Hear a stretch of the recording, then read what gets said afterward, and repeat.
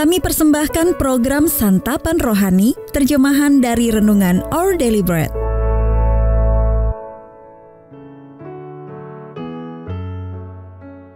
Sahabat ODB, pembacaan Alkitab hari ini terambil dari 1 Korintus pasal yang pertama ayat 18 sampai dengan ayat yang ke-25.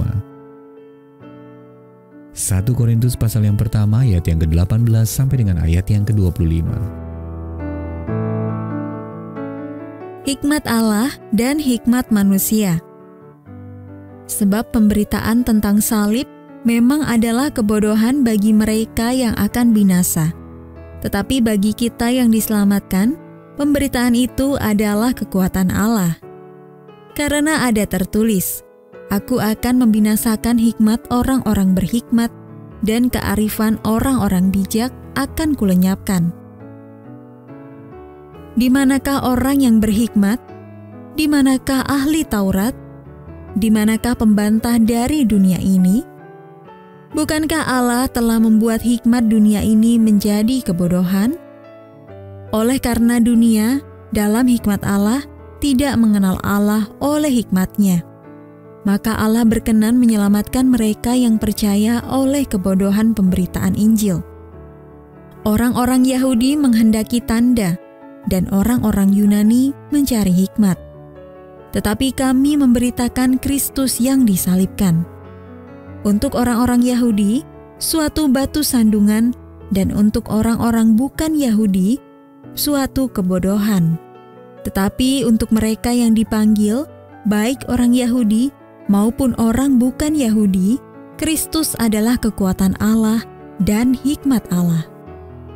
Sebab yang bodoh dari Allah lebih besar hikmatnya daripada manusia, dan yang lemah dari Allah lebih kuat daripada manusia.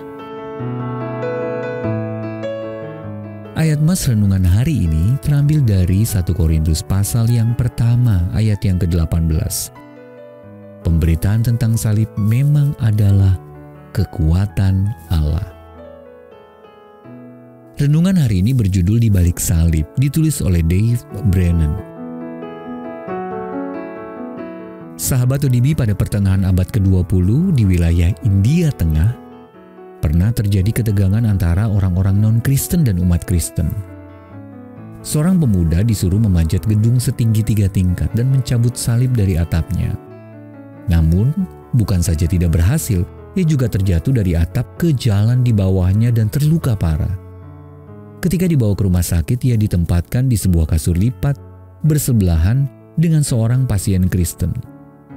Ketika orang percaya itu menjelaskan arti salib dan apa yang telah diperbuat Yesus untuknya di atas kayu salib, hati pemuda yang terluka tadi tersentuh. Ia pun berteriak, "Tuhan Yesus, ampuni aku.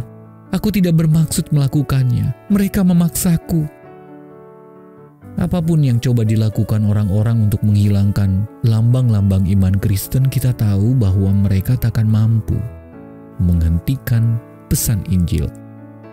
Paulus berkata pemberitaan tentang salib memang adalah kekuatan Allah. 1 Korintus pasal yang pertama ayat yang ke-18. Yesus berkata bahwa alam maut pun tidak akan sanggup mengalahkan gereja. Matius pasal yang ke-16 ayat yang ke-18. Salib memang melambangkan iman Kristen. Namun perlambangan itu tidak mempunyai arti bagi seseorang yang tidak memahami karya Kristus di atas kayu salib. Dia mati di sana untuk menyediakan pengampunan.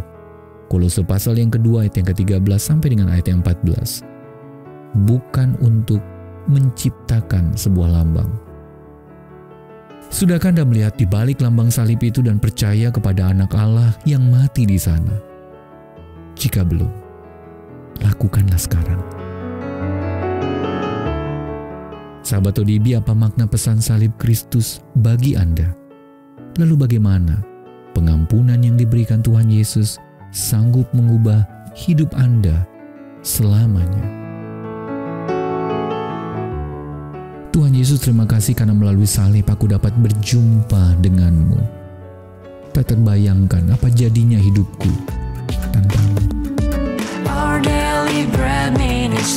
Untuk menerima notifikasi video baru kami, silakan tekan tombol subscribe dan tanda lonceng di bawah ini.